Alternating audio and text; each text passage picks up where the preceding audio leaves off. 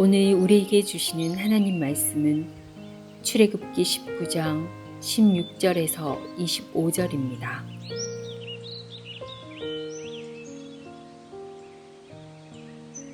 셋째 날 아침에 우레와 번개와 빽빽한 구름이 산 위에 있고 나팔 소리가 매우 크게 들리니 진중에 있는 모든 백성이 다 떨더라. 모세가 하나님을 맞으려고 백성을 거느리고 진에서 나오매 그들이 산기슭에 서 있는데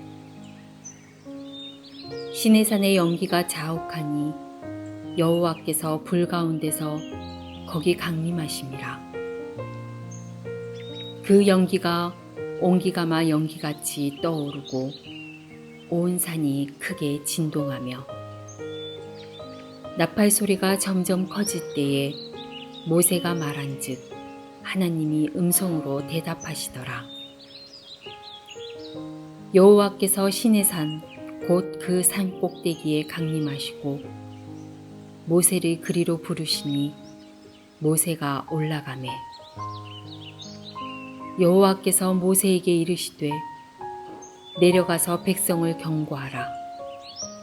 백성이 밀고 들어와 나 여호와에게로 와서 보려고 하다가 많이 죽을까 하노라.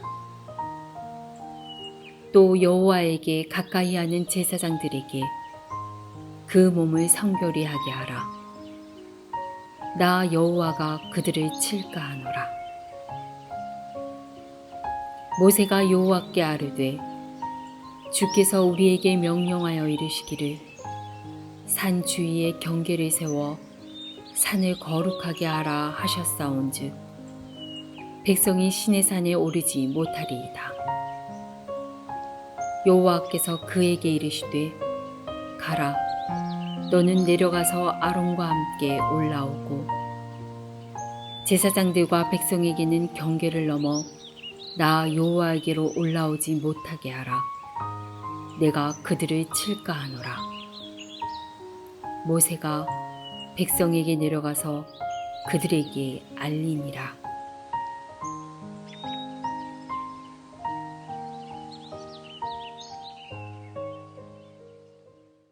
이스라엘 백성은 이곳 시내산에서 십계명을 받았습니다. 십계명은 하나님의 언약입니다. 하나님께서는 이스라엘 백성이 십계명을 잘 지키면 모든 열방 중에 제사장 나라가 되게 하시겠다고 약속하셨습니다. 그리고 십계명을 주시기 전에 이틀 동안 옷을 빨고 절제함으로 거룩을 준비하게 하셨습니다. 드디어 셋째 날이 되었습니다. 오늘 본문의 첫 절인 16절부터 하나님께서 이스라엘 백성 앞에 임재하시는데 그 위엄이 몹시 충격적이고 놀랍습니다. 16절 말씀입니다. 셋째 날 아침에 우레와 번개와 빽빽한 구름이 산 위에 있고 나팔 소리가 매우 크게 들리니 진중에 있는 모든 백성이 다 떨더라. 여기 보면 우레, 번개, 그리고 빽빽한 구름이 산 위에 있고 라고 되어 있습니다. 우레는 순수 우리말로서 한자어로는 천둥입니다. 엄청난 소리를 내는 자연 현상입니다. 번개는 구름이 서로 방전을 일으키며 번쩍이는 자연 현상입니다. 하나님은 영이신 분이십니다. 그러므로 하나님이 임재하실 때 손과 발이 있는 어떤 우상과 같은 모습으로 나타나시는 것이 아니라 빽빽한 구름과 우레와 번개와 같은 위엄으로 나타나십니다. 그리고 그 다음 보면 나팔 소리가 매우 크게 들렸다라고 되어 있는데 이것은 자연 현상이 아닌 초자연 현상입니다. 이처럼 하나님께서 자연적 형상과 초자연적 현상을 가지고 당신의 위엄을 나타내고 계십니다. 특별히 하나님께서 나팔 소리와 함께 임재하고 있는 것은 앞으로 세상의 끝날에 예수님께서 나팔 소리와 함께 재림하실 것을 예표하고 있습니다. 이어서 출애굽기 19장 17절을 보겠습니다. 모세가 하나님을 맞으려고 백성을 거느리고 진에서 나오매 그들이 산 기슭에 서 있는데 이스라엘 백성은 하나님이 정해놓은 경계선의 끝자락까지 와서 서 있습니다. 18절입니다. 시내산에 연기가 자욱하니 여호와께서 불 가운데서 거기 강림하심이라. 그 연기가 옹기가마 연기같이 떠오르고 온 산이 크게 진동하며 나팔 소리가 점점 커질 때에 모세가 말한즉 하나님이 음성으로 대답하시더라. 요한계시록에 보면 나팔 소리는 하나님께서 감추어진 뜻을 계시하실 때 사용하신 방법이었습니다. 그러므로 이 나팔 소리는 이제 하나님께서 당신의 뜻을 이스라엘 백성에게 보이시겠다라고 표현하는 것이었습니다. 하나님은 모세를 시내산 꼭대기로 부르십니다. 20절입니다. 여호와께서 시내산 곧 그 산 꼭대기에 강림하시고 모세를 그리로 부르시니 모세가 올라가매. 모세만큼은 경계선을 넘어서 하나님 앞으로 나오게 하셨습니다. 하나님은 먼저 모세에게 백성이 경계선을 넘지 말 것을 다시 한번 경고하고 오라고 하십니다. 21절입니다. 여호와께서 모세에게 이르시되 내려가서 백성을 경고하라. 백성이 밀고 들어와 나 여호와에게로 와서 보려고 하다가 많이 죽을까 하노라. 이것이 거룩하신 하나님을 만나면 일어나게 되는 인간의 실체입니다. 죄인인 인간은 거룩하신 하나님의 영광 앞에 서면 죽게 되는 것입니다.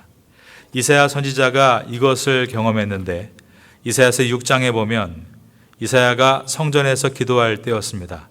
하나님께서 임재하셨습니다. 그때 이사야가 했던 말은 화로다 나여 망하게 되었도다 하였습니다. 나는 입술이 부정한 사람이요 나는 입술이 부정한 백성 중에 거주하면서 만군의 여호와이신 왕을 배웠음이로다. 그때 하나님께서 천사를 통해 제단에 피운 뜨거운 숯을 이사야의 입술에 대시면서 하신 말씀이 보라 이것이 내 입에 닿았으니 내 악이 제하여졌고 내 죄가 사하여졌느니라 라고 하셨습니다. 죄인된 인간이 하나님을 진짜 만나면 터져나오는 첫마디는 화로다 나여 망하게 되어도다인 것입니다. 신약시대의 베드로도 이사야와 같은 경험을 했습니다. 예수님께서 살아계신 하나님의 아들이신 것을 정말 알게 됐을 때 그는 예수님 앞에 바짝 엎드려서 다음과 같이 말을 했습니다. 누가복음 5장 8절입니다.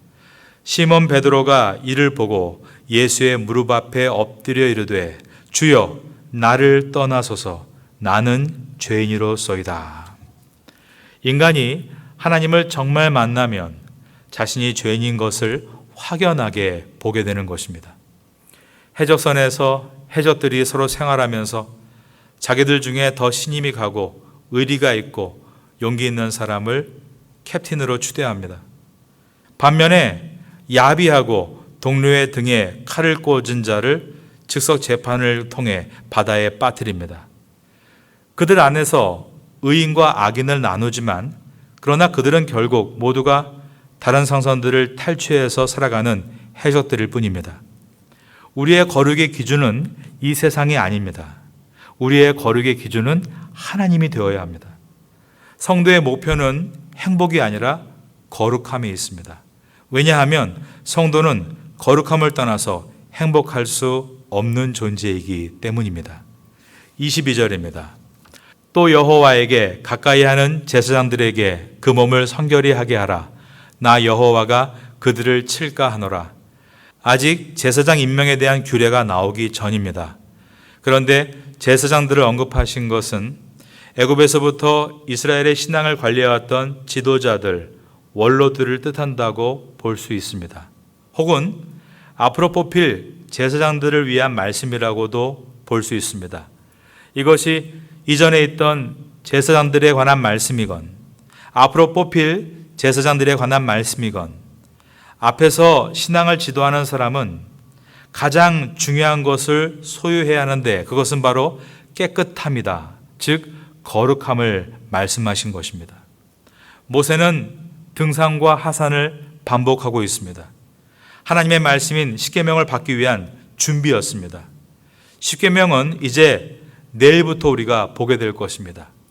그런데 모세가 등산과 하산을 반복하고 있는 것은 하나님의 뜻을 이스라엘에게 전달하기 위해서였는데 그 뜻은 다름이 아닌 거룩이었습니다. 우리도 하나님 말씀을 받기 전에 먼저 거룩해야 합니다. 23절부터 25절을 보겠습니다. 모세가 여호와께 아뢰되 주께서 우리에게 명령하여 이르시기를 산 주위에 경계를 세워 산을 거룩하게 하라 하셨사온즉 백성이 시내 산에 오르지 못하리이다.